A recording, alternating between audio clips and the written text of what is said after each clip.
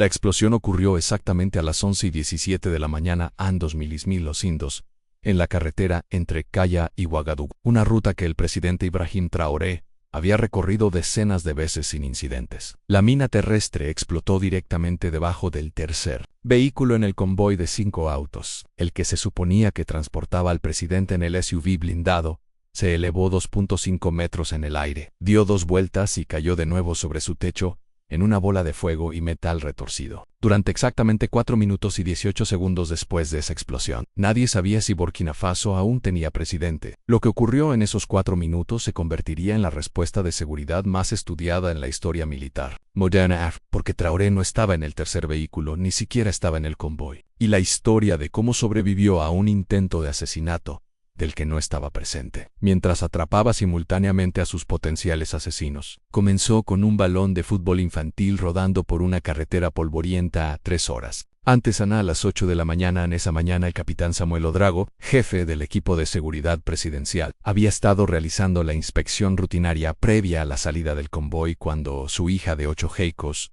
lo llamó. Ella nunca lo llamaba durante las horas de trabajo. Era una regla estricta en la familia. Pero Sofía estaba llorando. Su equipo de fútbol había llegado a la final regional, que se celebraba esa misma mañana, y su entrenador se había desmayado por agotamiento debido al calor. ¿Podría su padre ir solo 1 hora a ayudar a organizar al equipo? Cualquier otro día, Samuel habría dicho que no. Pero algo en la voz de su hija, quizás la rara vulnerabilidad de una niña normalmente dura. Pásame el teléfono, dijo una voz detrás de él. Era el presidente Traoré, más temprano de lo esperado para la salida. Samuel entregó el teléfono avergonzado. Sophie, soy el tío Ibrahim Ansi al presidente.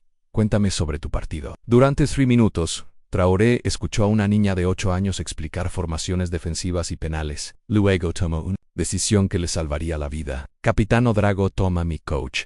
Ve a tu partido de fútbol. Retrasaremos la salida por 2 horas. Samuel protestó, pero Traoré insistió. Un padre que se pierde el campeonato de su hija por un viaje rutinario a Caya no está pensando con claridad, y necesito a mi jefe de seguridad pensando con claridad. La reorganización del convoy que siguió fue sutil pero significativa. Con Samuel tomando el vehículo habitual del presidente para ir al partido, el cortejo tuvo que ser reorganizado. El teniente Márquez Sanrana, el jefe adjunto de seguridad, sugirió mantener la apariencia de normalidad. Ponemos un señuelo en el vehículo 3 con todo el protocolo de seguridad, vidrios polarizados. Cualquiera que nos observe pensará que todo era un procedimiento estándar, uno que habían practicado pero nunca implementado. Se colocaron 3 maniquíes vestidos con trajes en los vehículos. Desde el exterior parecía un convoy diplomático completo. Mientras tanto, Traoré tomó otra decisión inusual. En lugar de esperar en el palacio, decidió visitar una mezquita cercana para las oraciones matutinas, llevando solo a 2 guardias en un vehículo sin marcar. Si de todas formas vamos a retrasarnos, razonó, mejor uso el tiempo productivamente. Esta desviación espontánea del protocolo resultaría crucial porque quienquiera que hubiera colocado la mina terrestre estaba trabajando con información precisa sobre el horario del presidente, la posición de su vehículo, incluso su ruta. Sabían todo excepto un detalle crucial en el partido de fútbol de Sofía Odrago. A las 11 de la mañana, el convoy finalmente salió. 2 horas y 15 minutos detrás del horario previsto. Los 5 vehículos se movían en formación perfecta en seguridad. De vanguardia, vehículo de seguimiento, el vehículo presidencial con maniquíes adentro, otra unidad de seguridad y la retaguardia. El teniente Zangrana iba en el primer vehículo, escaneando constantemente en busca de amenazas. El camino hacia Caya se consideraba relativamente seguro, frecuentemente utilizado por los convoyes gubernamentales y regularmente barrido en busca. Pero el barrido esa mañana había sido realizado por el sargento Paul Bombara, un veterano de 15 años del cuerpo de ingenieros militares. Lo que nadie sabía era que Bombara tenía un secreto. Su hermano menor estaba siendo retenido por insurgentes, quienes le habían hecho una oferta. Planta el dispositivo o mira cómo muere tu hermano en video. La mina terrestre era una obra maestra de ingeniería mortal, de fabricación serbia, de grado militar, con suficiente poder explosivo para destruir incluso un vehículo blindado. Pero más ingeniosamente estaba equipada con un disparador remoto, que solo se podía activar cuando el objetivo específico fuera confirmado. Bombara la había colocado en el marcador de kilómetro 47, un tramo de carretera sin rutas alternativas, bordeado por zanjas que impedirían maniobras evasivas. Luego, había informado que la carretera estaba despejada, con las manos temblorosas mientras firmaba la certificación de seguridad. El hombre encargado del disparador, oculto en una granja abandonada a 400 metros de la carretera. Observaba a través de binoculares mientras el convoy se acercaba. Su nombre era John Claude Tapsa, un ex oficial de inteligencia militar que había sido despedido 5 años antes por corrupción. Ahora trabajaba como mercenario y este trabajo le pagaría lo suficiente como para retirarse. Ancontó los vehículos, identificó el coche presidencial por su posición y configuración de antenas, y esperó el momento perfecto. Cuando el tercer vehículo estuvo directamente sobre la mina, presionó el detonador. La explosión se escuchó a 15 kilómetros de distancia. El SUV blindado que llevaba los maniquíes simplemente dejó de existir como un vehículo coherente, transformándose en miles de piezas de metal fundido y tela en llamas. La onda expansiva golpeó a los demás vehículos como un gigantesco puño, rajando los parabrisas y lanzando a los ocupantes contra sus cinturones de seguridad. El vehículo del teniente Sunrana, 20 metros adelante, se levantó sobre 2 ruedas, antes de estrellarse nuevamente contra el suelo. El coche de seguimiento fue rociado con metralla. Su blindaje fue lo único que evitó la destrucción total durante exactamente 7 segundos después de la explosión. Hubo un silencio absoluto. Luego, entró en acción el entrenamiento. Contacto, contacto, vehículo presidencial impactado. Gritó en su radio, sin darse cuenta de que el presidente no estaba en él. A médicos, establezcan el perímetro. Devuelvan fuego si ven rehenes, pero no hubo un ataque posterior. Esto lo confundió. En una emboscada bien planeada, la explosión habría sido seguida inmediatamente por disparos de armas pequeñas para rematar a los sobrevivientes.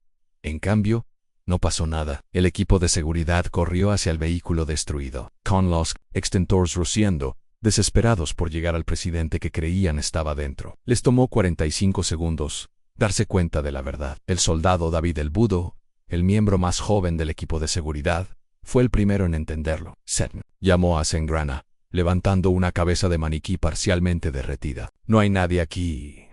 Son los señuelos. La sensación de alivio fue reemplazada inmediatamente por confusión y luego alarma. Si el presidente no estaba allí, ¿dónde estaba? Y lo más importante, ¿quién sabía que él no estaba en el convoy? La mente de Sengrana se aceleró. En el protocolo requería que enviara de inmediato un mensaje codificado indicando el estado del presidente. Pero, ¿qué código? Si Traoré estaba a salvo, revelar ese hecho podría desencadenar un intento de asesinato. Si permanecía en silencio, el gobierno podría entrar en pánico, posiblemente desencadenando un golpe de Estado. Tomó una decisión calculada. Phoenix está estable. Emitió el mensaje utilizando el código que significaba que el presidente estaba vivo, pero su ubicación era desconocida. Esto les daría tiempo sin revelar demasiado en ese momento exacto. A las 11:21 de la mañana, el presidente Traoré salía de la mezquita. Sus oraciones habían terminado. Su teléfono explotó con mensajes y llamadas perdidas. Su guardia superior, el coronel Antoine Cafo, se puso pálido al leer las actualizaciones. Señor, su convoy fue atacado. La mina terrestre destruyó el vehículo 3. La respuesta de Traoré fue inmediata y calmada. Bajas, Cefando estaba revisando su teléfono. No se reportan muertes. 4 agentes de seguridad heridos por metralla y conmoción. Los señuelos estaban en el vehículo 3. Las siguientes palabras de Traoré serían recordadas por todos los presentes. Entonces el asesinato falló 2 veces. Una vez porque golpearon el vehículo equivocado, y 2 veces porque ahora sabemos que hay un traidor. Alguien que sabía exactamente en qué vehículo suelo viajar. Alguien que conocía nuestra ruta y nuestro horario. Se volvió hacia Cefando. Coronel, ¿quién certificó la carretera como segura esta mañana? Larry llegó rápidamente. El sargento Paul Bambara. Deténganlo de inmediato. Y coronel, sean suaves. Un hombre que coloca bombas podría haber sido coaccionado. La casa del hombre que activó la bomba comenzó de inmediato. El sitio de la explosión fue analizado con precisión matemática. El ángulo de la explosión, la distribución de los escombros, los patrones de quemaduras en la carretera. Todo apuntaba a una detonación activada de manera remota desde el noreste. El capitán Samuel Odrago, regresando rápidamente del partido de su hija, que terminó a las 1:32 de la tarde, coordinó la búsqueda usando imágenes de drones de una unidad de vigilancia que estaba operando en la zona. En minutos, identificaron la granja abandonada y la firma térmica de alguien que huía en una motocicleta. La persecución fue rápida y decisiva. 2 helicópteros militares convergieron sobre la motocicleta, obligándola a detenerse. John Claude Tapsa se rindió sin resistencia. posiblemente porque se dio cuenta de la magnitud de su fracaso. Acababa de intentar asesinar a un presidente que no estaba allí. Revelándose por nada, su arresto tuvo lugar a las 11:34 de la mañana, exactamente 17 minutos después de la explosión antes. Pero el verdadero avance vino de una fuente inesperada. El Bombara, detenido en su casa, se derrumbó por completo cuando fue confrontado. A través de lágrimas, reveló que su hermano estaba siendo retenido en un almacén en el sector 17 de Bagadugu. Dijeron que lo matarían si no plantaba la bomba. Me enviaron videos de él siendo torturado. Lo siento mucho, pero tiene solo 19 años. Es solo un niño. El asalto al almacén ocurrió simultáneamente con el arresto de Tapsova. 8 insurgentes fueron capturados junto con el hermano de Bambara, traumatizado, pero vivo. Los 4 minutos y 18 segundos, entre la explosión y la confirmación de que Traoré estaba a salvo, habían sido los más largos en la historia reciente de Burkina Faso.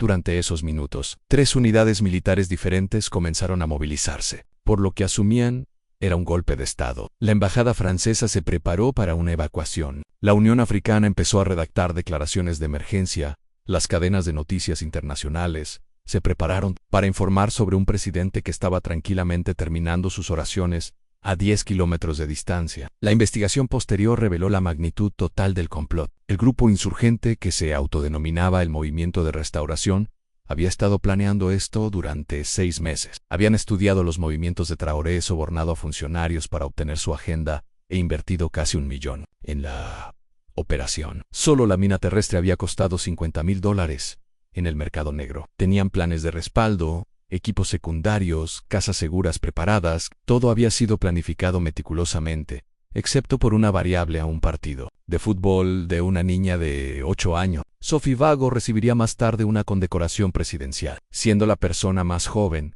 en ser honrada por un servicio indirecto a la seguridad nacional. Estaba confundida por la tensión, más interesada en mostrar su trofeo de campeonato que en la medalla del presidente. Su padre, Samuel, rediseñaría todo el protocolo de seguridad, implementando lo que se conocería como la variable Sofía en cambios aleatorios de última hora que ninguna inteligencia podría predecir. El teniente Marcus Zunger, quien manejó la crisis con una calma notable, fue ascendido a capitán. Su decisión de usar el código Phoenix está estable fue estudiada en academias militares como un ejemplo de perfecta comunicación en crisis, revelando lo suficiente para evitar el pánico, mientras ocultaba lo suficiente para evitar más ataques. En sus 4 minutos y 18 segundos de liderazgo bajo una presión extrema se convirtieron en un caso de estudio en respuesta a emergencia. Los maniquíes que habían sido destruidos en la explosión fueron recuperados pieza por pieza y reensamblados. Ahora están en el Museo Nacional de Seguridad, marcados y derretidos, pero reconocibles, con una placa que dice en el 15 de noviembre de 2024. Estos señuelos murieron para que nuestro presidente pudiera vivir. No fueron héroes,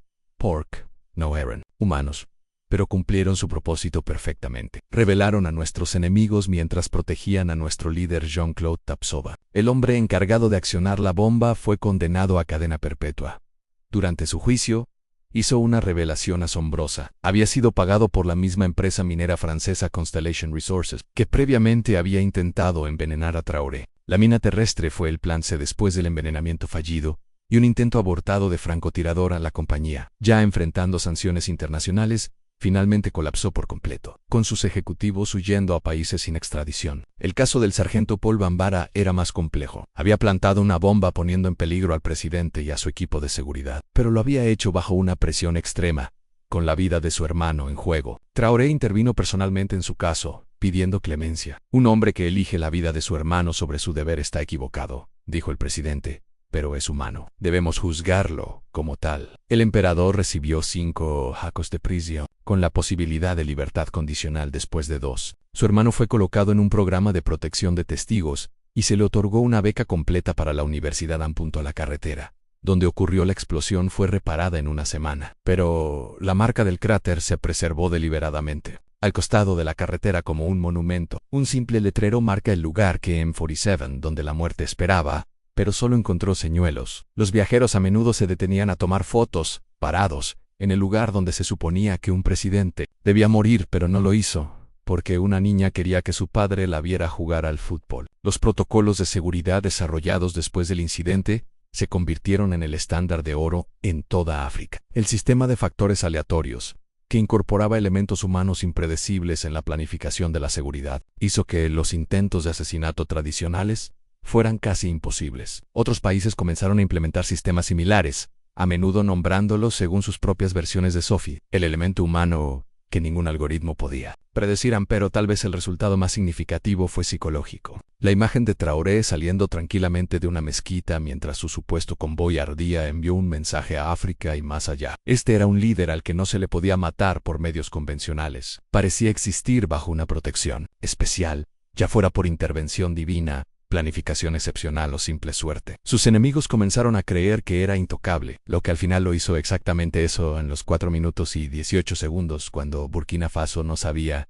si tenía presidente. Pasaron a ser conocidos como los minutos silenciosos. Cada año, el 15 de noviembre a las 11 y 17 de la mañana, la nación observa 4 minutos y 18 segundos de silencio. No en luto, sino en gratitud. Gratitud por un partido de fútbol, el amor de un padre, la compasión de un presidente y las extrañas formas en que la vida a veces protege a aquellos destinados a seguir viviendo. En sus memorias, escritas años después, Traoré reflexionaría sobre ese día. He sobrevivido a muchos intentos de asesinato, pero la mina terrestre me enseñó algo único. A veces sobrevivimos no por fuerza o estrategia, sino por la hermosa aleatoriedad de la vida humana. Sophie quería a su padre en su partido. Yo quería rezar. Estos simples deseos humanos me salvaron de una planificación militar sofisticada. Tal vez esa sea la lección. La humanidad, en su imprevisibilidad, es nuestra mayor defensa contra aquellos que intentarían reducirnos a blancos. Hoy, la carretera de Ouagadougou a Kaya es una de las más seguras de África Occidental. Barrida a diario, monitoreada constantemente. Pero más importante aún, es una carretera donde los viajeros saben que la historia cambió con el más pequeño. Taylor's Journey, un juego infantil, el amor de un padre, la oración de un presidente. Los 4 minutos que siguieron a la explosión no fueron solo sobre sobrevivir. Fueron sobre el triunfo de la imprevisibilidad humana sobre la precisión mecánica. Y en esos 4 minutos, África aprendió que a veces la mejor defensa contra el mal sofisticado es la vida misma. Simple, caótica y hermosa. Las secuelas del intento de asesinato revelaron aún más detalles impactantes. Cuando los investigadores examinaron el equipo de Jean-Claude Tapsoba, encontraron algo que heló la sangre en el establecimiento de seguridad. Un plan de respaldo, ANSI. La mina terrestre hubiera fallado en detonar. Tapsoba tenía un rifle de francotirador, posicionado en la granja, listo para disparar a cualquier sobreviviente, pero lo más perturbador fue lo que encontraron en su teléfono. Mensajes de alguien llamado el coordinador, quien no solo gestionaba este ataque, sino operaciones simultáneas en 3 otros países africanos. El mismo día en que el convoy de Traoré fue atacado, se hicieron intentos similares contra los presidentes de Mali y Níger. En todos fracasaron, pero por diferentes razones. En Mali, el convoy del presidente Emidji Goita fue salvado por una tormenta de arena que los obligó a refugiarse, retrasando su paso por la zona de muerte por 2 horas. Cuando reanudaron su viaje, los pastores locales descubrieron el dispositivo explosivo mientras buscaban cabras perdidas. En Níger, el presidente sufrió una intoxicación alimentaria y canceló su viaje por completo. 3 ataques coordinados, todos derrotados por lo que solo podría llamarse interferencia cósmica. Un partido de fútbol, una tormenta de arena y un pescado en mal estado. El coordinador, quienquiera que fuera, había planeado para todo, excepto para la naturaleza impredecible de la vida misma. La investigación sobre el coordinador llevó a un descubrimiento sorprendente. La forencia digital en el teléfono de Tapsoba reveló una dirección IP que trazaba hasta un servidor en París, específicamente en un edificio de oficinas que albergaba varias corporaciones francesas, incluida Constellation Resources, pero el servidor solo era un relé. La fuente real estaba rebotando a través de 17 países diferentes, utilizando cifrado que tomaría años para romper. Sin embargo, cometieron un error en un mensaje. El coordinador había enviado una foto que supuestamente mostraba la carretera donde ocurriría el ataque, pero reflejada en un charco de agua en la esquina de la imagen, se veía una matrícula parcial, placas diplomáticas francesas. Esta evidencia fue suficiente para que Traoré tomara medidas drásticas. En una sesión cerrada de la Unión Africana, presentó los hallazgos a sus colegas jefes de Estado. La sala quedó en silencio mientras mostraba las conexiones, las mismas entidades que intentaban asesinar a los líderes africanos, la coordinación, los recursos involucrados. Esto no se trata de un país o un líder, dijo Traoré. Se trata de evitar que África elija su propio camino. La respuesta de la UA fue sin precedentes. En una semana, 17 naciones africanas expulsaron simultáneamente a los agregados militares y oficiales de inteligencia franceses. Fue la acción diplomática más coordinada en la historia de África, pero la historia dio un giro más cuando Sophie Ouedraogo, la niña de 8 años cuyo partido de fútbol había salvado inadvertidamente al presidente y se hizo inesperadamente famosa. Los medios internacionales querían entrevistarlo, llamándola la niña que salvó a África. Su padre Samuel estaba abrumado por la tensión y preocupado por la seguridad de su hija. Traoré intervino personalmente, asignando un equipo especial de seguridad para la familia y estableciendo un fondo fiduciario para la educación de Sophie. Ella no pidió ser una heroína, dijo el presidente, pero los héroes rara vez lo hacen. Sophie manejó la tensión con una notable gracia para una niña. Cuando un reportero de la BBC le preguntó qué pensaba sobre salvar al presidente, ella respondió: yo no salvé a nadie, solo quería que mi papá me viera marcar un gol, y lo hice. Marqué 2 veces. Su inocencia y alegría se convirtieron en un símbolo de esperanza en todo el continente. Un artista famoso pintó un mural en Ouagadougou mostrando a Sophie pateando un balón de fútbol que se transformaba en una paloma de paz. Con la explosión al fondo, siendo soplada como humo, los 4 maniquíes que habían estado en el convoy, 3 destruidos, 1 dañado pero intacto, se convirtieron en celebridades inesperadas. El maniquí intacto fue llamado Lucky Pierre por el equipo de mantenimiento, y se convirtió en una especie de mascota para la unidad de seguridad presidencial. Antes de cada salida del convoy, los guardias acariciaban la cabeza de Lucky Pierre para dar buena suerte. Era superstición, pero después de lo que había sucedido, nadie quería correr riesgos. 6 meses después del ataque, un visitante inesperado llegó al palacio presidencial. Era el hermano menor del sargento Bambara, Thomas, el que había sido retenido como rehén. Ahora tenía 20 años. Traumatizado pero en recuperación, tenía una petición para el presidente Traoré. Quería unirse a la Guardia Presidencial. Me usaron para intentar matarte, dijo. Quiero pasar mi vida protegiéndote. Traoré se conmovió, pero al principio fue reacio. El joven había pasado por suficiente, pero Thomas insistió. Señor, necesito convertir lo que ocurrió en algo positivo. Por favor, déjame servir. Después de una extensa evaluación psicológica y entrenamiento, Thomas Bambara se convirtió en el miembro más joven de la élite guardia presidencial. Su historia, de rehén utilizado contra el presidente a protector del presidente, se convirtió en legendaria en los círculos militares. En su hermano Paul, cumpliendo su sentencia, tenía permitidas visitas mensuales. La reconciliación entre los 2 hermanos, uno en prisión y el otro con uniforme, fue documentada en una película que ganó premios internacionales. El protocolo de seguridad de la variable Sophie fue estudiado y adoptado en todo el mundo. El Mossad israelí invitó al capitán Ouedraogo a Tel Aviv para presentar el concepto. El Servicio Secreto de los Estados Unidos incorporó elementos de este en su planificación, pero la adopción más interesante vino de una fuente inesperada en la seguridad corporativa. Los CEOs de grandes corporaciones comenzaron a implementar factores de aleatoriedad humana en su seguridad, entendiendo que la previsibilidad era vulnerabilidad. Un año después del ataque, ocurrió un avance en la investigación. Un exoficial de inteligencia francés, moribundo de cáncer y buscando redención, envió un paquete a la Corte Penal Internacional. Contenía registros detallados de la Operación Restauración, un programa de 1 década para eliminar a los líderes africanos que se oponían a los intereses económicos franceses. El coordinador fue identificado como Jacques Martineau, un alto funcionario de inteligencia que había sido condecorado por 3 presidentes franceses. La revelación provocó protestas en París, con ciudadanos franceses exigiendo responsabilidad por las acciones de su gobierno en África. El cráter en el kilómetro 47 se convirtió en un inesperado sitio de peregrinaje. La gente venía a pararse donde la muerte había esperado y fracasado. Alguien plantó un pequeño jardín alrededor con flores que florecían todo el año. Un vendedor instaló un puesto de agua fría y frutas para los viajeros que se detenían. Donaba la mitad de sus ganancias a un fondo para programas de fútbol infantil, diciendo: si el fútbol salvó a nuestro presidente,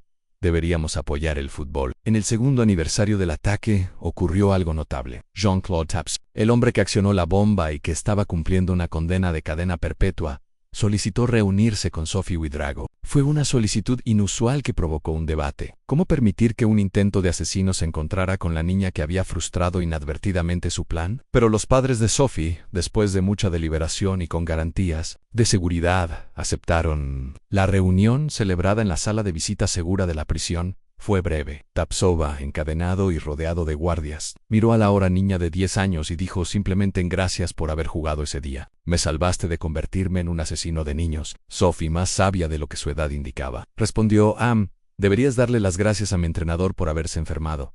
Si no lo hubiera hecho, mi papá no habría venido. Incluso en prisión, incluso en la culpabilidad, hubo un momento de inesperada gracia. Los 4 minutos y 18 segundos se habían convertido en algo más que una medida de crisis. Se habían convertido en una medida de lo rápido que la vida podía cambiar, cuán estrecho podía ser el margen entre la catástrofe y la salvación, y cómo los planes más sofisticados podían ser deshechos por las necesidades humanas más simples. Los militares lo enseñaron, los filósofos lo ponderaron y los poetas lo escribieron. Pero para las personas que vivieron esos minutos, que contuvieron la respiración esperando noticias de su presidente, fue más simple. Fue el día en que aprendieron que, a veces, los ángeles vienen en forma de jugadores de fútbol de 8 años, que el amor de un padre puede salvar naciones, y que las oraciones quizás sí sean respondidas de las maneras más inesperadas.